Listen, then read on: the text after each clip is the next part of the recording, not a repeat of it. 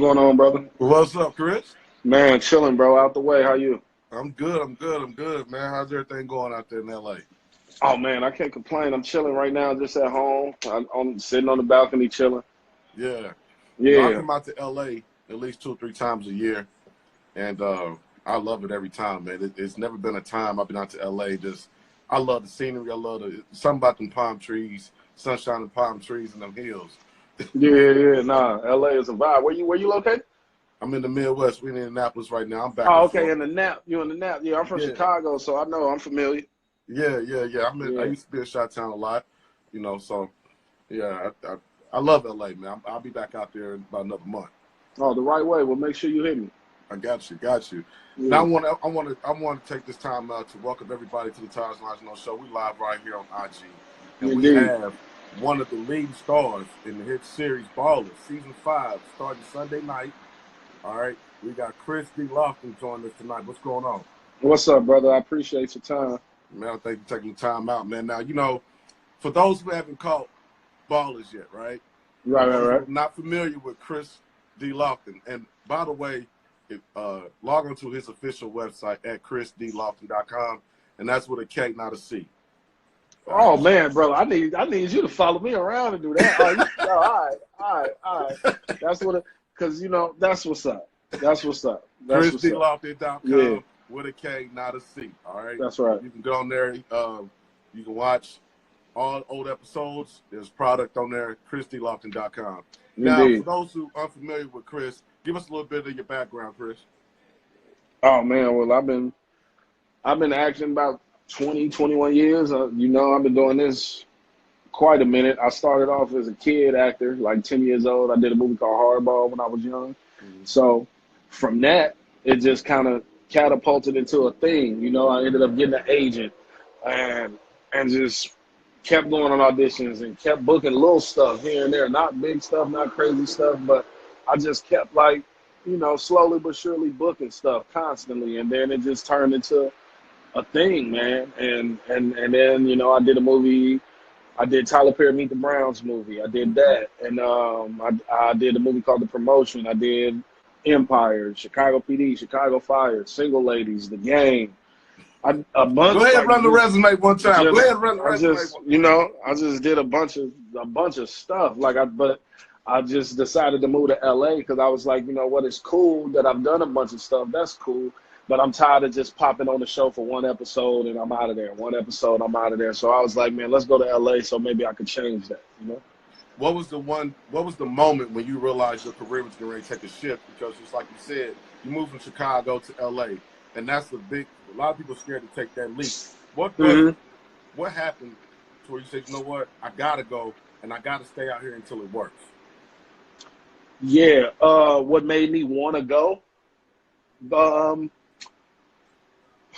I would say, I remember I got like this close to getting straight out of Compton.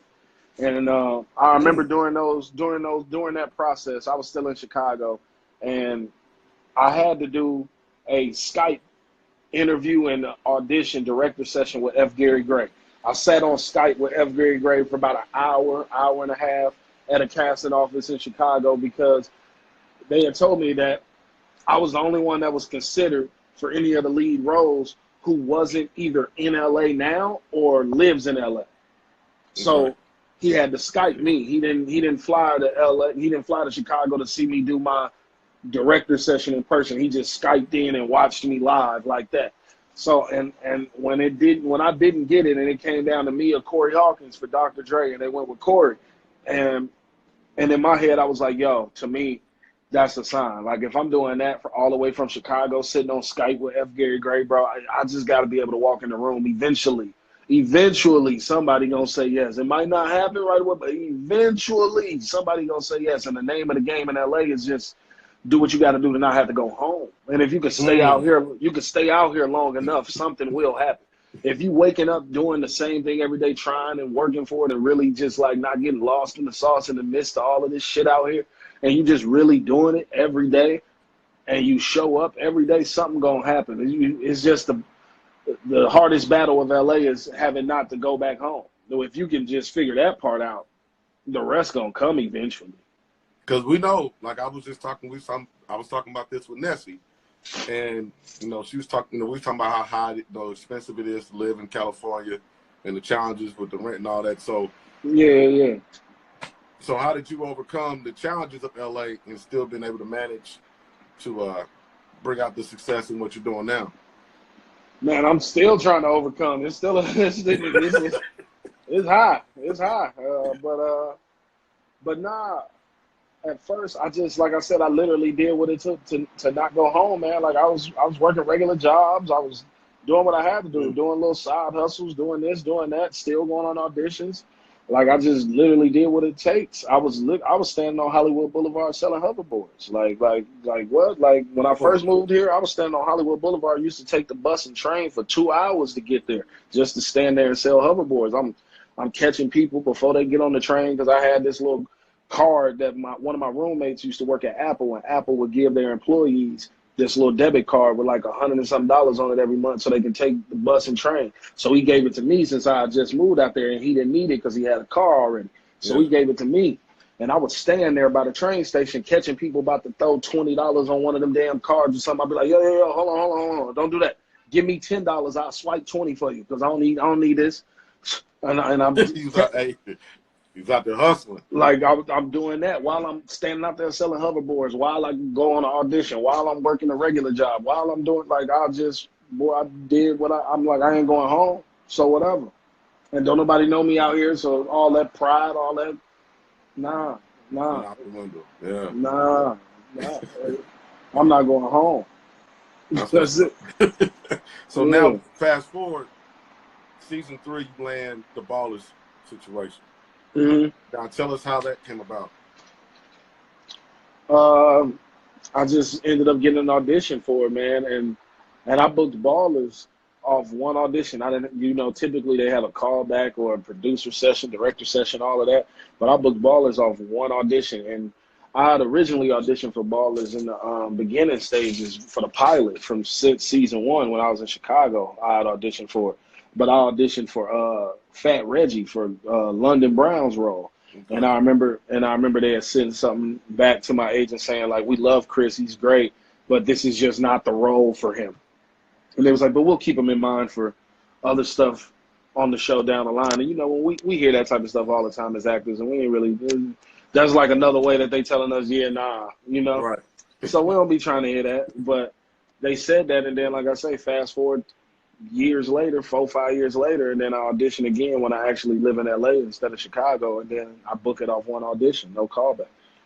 Now tell us about your character. Yeah, man, I played Kassan Teague, brother, running back in the NFL, kind of wild card. He a complex character to say the least, but he's kind of the wild card. He plays like he's like the dude who made it from the hood to where he's supposed to be, and he just still kind of got that survivor's remorse a little bit. Still got some, and you just gonna be with him on his journey while he figures it out and matures and grows, or don't. We'll find out.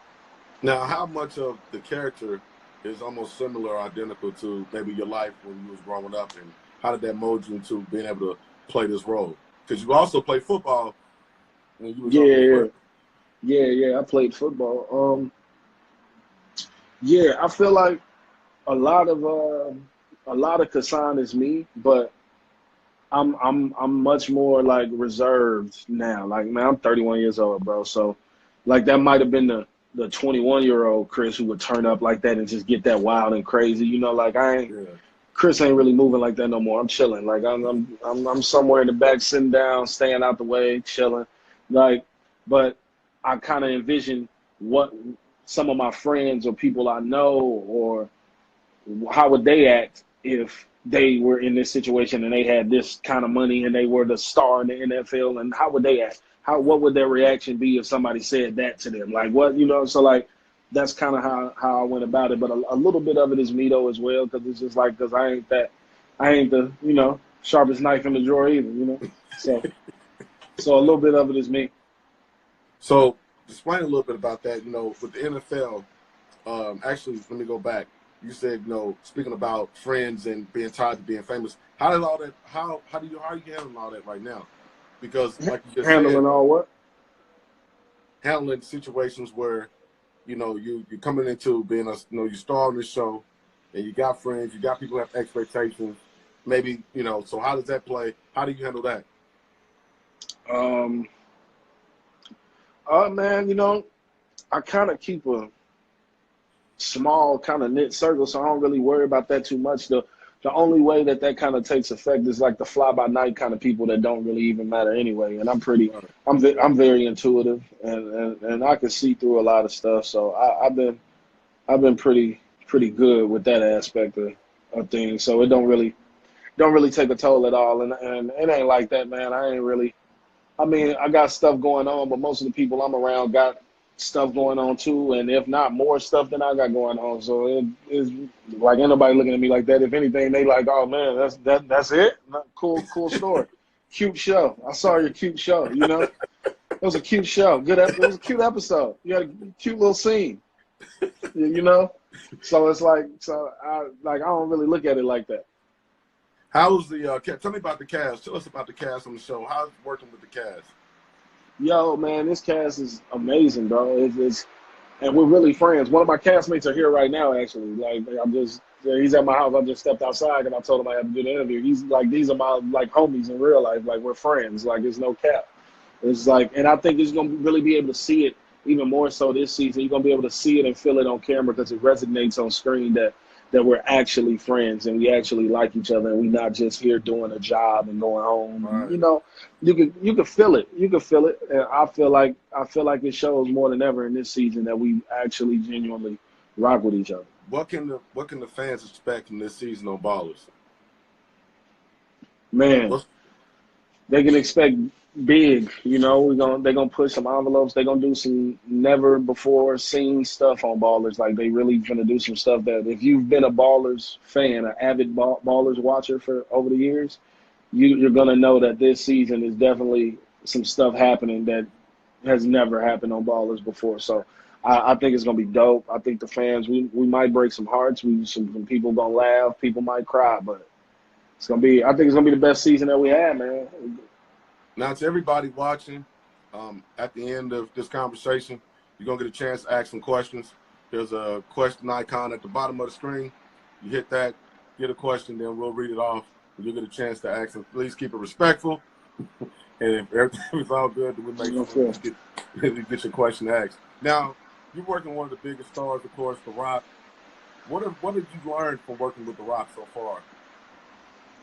Man, multitask. Attentiveness, just relentlessness, work ethic. Like that dude is a beast, man. Like it's just, I don't. That's it. He's just a beast, man. Like I don't even know how he does it. It's just, and he still stays attentive, and he still has the work ethic, and he's still like that's what's dope about him, Give us some actors that inspired you on your way up. Man, a lot of them. Of course, Denzel, Will Smith, Martin Lawrence, Leonardo DiCaprio. That's one of my favorites. Yeah. Yeah, Leo the man, Tom Hanks the man. Like all of these people are like amazing to me. Now, outside of Ballers, what else does Kris have going on right now? Oh man, I got another show that I'm doing, and it's just going through a redevelopment stage right now, and it's like a bunch of craziness going on with that, and it's a lot of just negotiations and stuff going on right now. So it's called Unrelated on Freeform, new Kenya Barris show, but they're not exactly sure what's going on with the show right now. So, but I'm still technically on contract with ABC and Disney right now for that. So. That's going on. We got another show that I'm supposed to be working on in New York called Up North, like end of the year, closer toward Christmas maybe, if not top of the year, early January.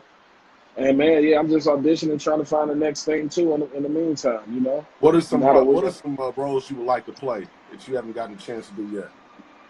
I definitely want to play a cop. I want to play a cop for sure. A detective though, or definitely want to play a dirty cop. I definitely want to do that. Like you trying to be trained now? You want to be Lonzo? God, nah, I'll go. Oh man, nah. I want more of the in too deep. Oh, okay. Yeah, like I want more like the N2D vibe. Like I'm Jay Reed. I'm the new Jay Reed type. You know what I'm saying? Like, yeah, I'm Jay Reed. Like I real want life. everybody right now. If you missed this part, log on to his official website at KrisDLofton.com, and that's Kris with a K, not a C. All right. Indeed, my God. Now outside of that, I read somewhere where you actually working with the kids. So tell us a little bit about your non-for-profit. No, I don't have a non-for-profit. Okay. Yeah, no, I don't have a non-for-profit, but I just do things. I do like little philanthropy things here and there. Like I work with kids and like, I go talk to kids at schools and I go talk to football teams. Me and my castmates, we'll go talk to the young kids, football teams and do stuff like that. And we help out, hand out backpacks and food, whatever. But I don't really I just do it to do it. Like I don't really, talk about that too much, post that too much, because that ain't why I'm doing it. Like I just do it because I know I can. Okay. That's really what it is. What message would you have? Coming from Chicago, we know how serious it is, and we know the streets and how everything works out there. So, yeah, what would be your message to the youth, man, on surviving and getting out? Man, if I can, you damn sure can. That's man, you just gotta stay the course. Like really, you just literally have to stay the course. If you could stay the course and stay out of jail, you can do anything. That's what's up. Now, especially for kids from Chicago, yeah. Now we're gonna talk Chi-Town for a second. We're gonna move to some sports. We're gonna talk Chi-Town sports now. Are you Bulls, Sox? I mean, what are you going with? I'm Cubs and Bears. I like the Bulls too, but the Bulls they just the Bulls. They just gonna Bulls gonna bull. I don't really got too much to say about the Bulls, man. Like whatever. But Cubs over Sox all day, and I like the Bears. Okay, all right. But I love the Sox too, though. But it's still Cubs over Sox, despite the hat. It's still Cubs. It's still Cubs over Sox for me. If I had to pick a team, definitely picking the Cubs. Yeah. Okay, all right. I ain't been a Bulls fan. It's been since the '90s. I hear you. Yeah, and I was rooting for Derrick Rose, but the injuries and but so I don't know if the Bulls gonna make a comeback, but that was my era, the '90s. Yeah, facts. Yeah. So I always ask everybody this question because everybody gets a different point of view. But I would like you to give people that's watching 3 keys to success in this business. 3 keys to success in this building. No doesn't mean no. It just means not right now. I like that one. You got to stay persistent. Like persistence is like literally the key. That's literally the key. Persistence and your follow-ups. Follow-up game got to be real strong. Your networking, like people talk about networking, that's cool. Yeah, that's cool. But what good is networking if your follow-up game is whack? So it doesn't even matter. Like it's the follow-up game. Your follow-up game got to be strong, and it's got to be the right way. You got to say the right things. It's got to be your follow-up game. It's got to be damn near better than your first impression. Oh, okay. I like that. That's how I look at it, at least. Okay, so is there anything else? In fact, let me ask this question. I'm gonna get to the people's watching and see if they want to get some questions in real quick. Is there anything else you'd like the people to know about Ballers, season 5 of Ballers, or Kris Lofton? Man, no, just season 5 of Ballers this Sunday on HBO, 10:35 p.m. Man, and it's gonna be the biggest season yet. And that's really what it is, man. And stay in tune with me. Y'all can follow me on Instagram. Y'all see where I'm at. This is my Instagram. So follow me on Instagram. Follow me on Twitter. Same name as Instagram.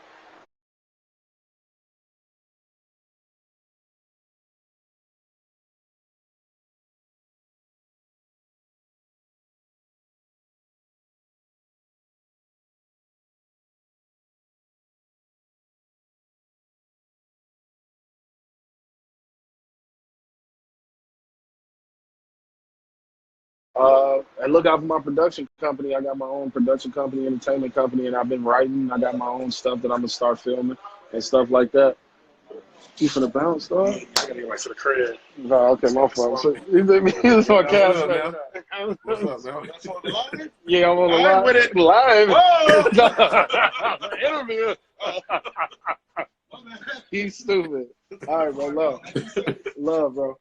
See, I told you, my fault. You good, you good. We all live, so you know what I mean. Yeah. Can't help it, can't help it. But Yeah. if anybody got any questions, hit the icon at the bottom of the screen, the question, and then go ahead and run your question.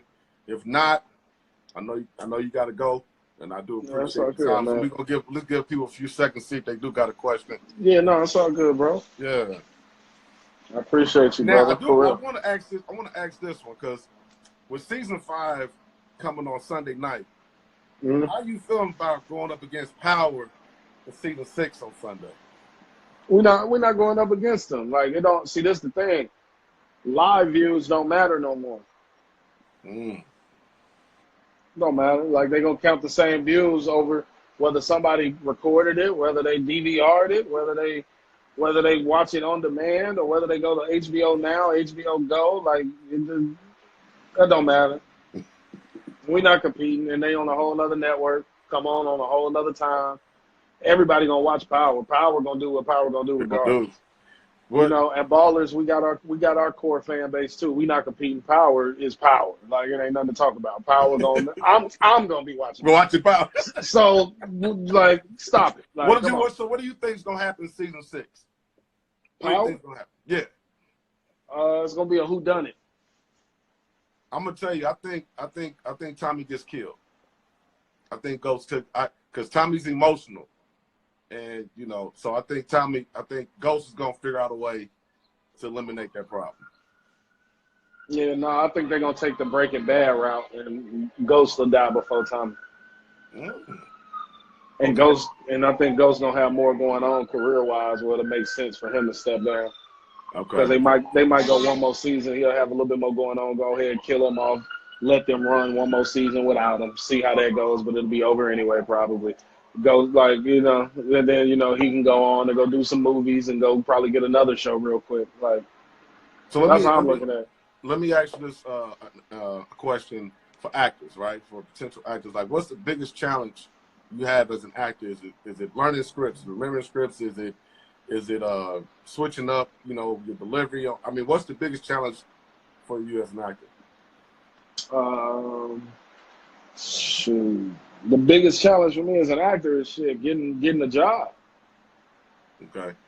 The rest of that is easy. The hard part is getting the work. Getting the job is the hard part. Like, remembering scripts, I got a photographic memory. I could literally read that in the Uber on my way to the audition and have it memorized by the time I'm there. Like, that's just what I do for a living. I can do that. Like, so you can remember a whole script in a well, not necessarily the whole script, but I remember what I gotta say today. Like, I know everything that I'm supposed to say, and I damn near know what you're supposed to say in case you mess up. Like, yeah, or like sometimes I can learn it in my trailer, like, cause they put the little script in our trailers before we get ready to film. Yeah, and they'll have like our sides for the day, all of the things we're about to film right now. Sometimes I go in the trailer and read that when I get in the trailer and be like, oh, cause they rewrite stuff so much that it's kind of pointless to remember the first one. Okay. Like, when they send you the original one, it's kind of like whatever. Because y'all going to rewrite this script 13 times, and I'm going to remember something that's not going to be there. So I'm going to just wait till, like, the day before we supposed to film it, and now y'all ain't going to really tweak it too much. And then I'll remember it. And then when I get to my trailer, I'll check that little piece of paper and see if y'all changed it again. And then if you change it again, I'm going to just remember it now, and I got it. Damn, that's a lot. Yeah. Yeah, no, like, they change it. Like, you'll remember something like, what's today? Today is what? Hold on.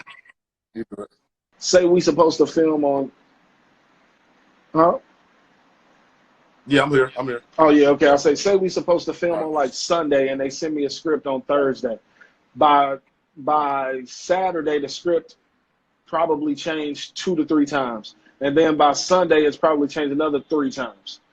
It may or may not be your part, but it may be something that's pivotal to your part, or it could be your words, or now one line that you remembered is not even there anymore. You don't even talk at all right there, or they moved it earlier or later, or it's just like, so it's kind of pointless to try to remember it. It's a waste of time to try to remember it in the beginning. That's a lot. That's a lot. Yeah. That's a lot to remember, man. That is a lot. So how long does it take to shoot an episode? Like, how long does it take to normally shoot an episode? Like 7 days, really, maybe 5 to 7 days. That's a lot of content in that short amount of time. Yeah, 5 to 7 days, maybe. Whew. Well, man, salute to you. That's a lot. You just, I'm not remembering no script that fast. I'm just tell you right now. No, it's all good, man. So look, now, I guess anybody got no, I'm gonna ask one last time. If anybody got any questions, please hit that icon at the bottom. If not, we're gonna check out. Make sure you log on to the official website at KrisDLofton.com. That's Kris with a K. KRISDLofton.com. I appreciate you, my G. Man, appreciate it. Man. I enjoyed it, man. Thank you. Yes, sir. Take care, bro. You too.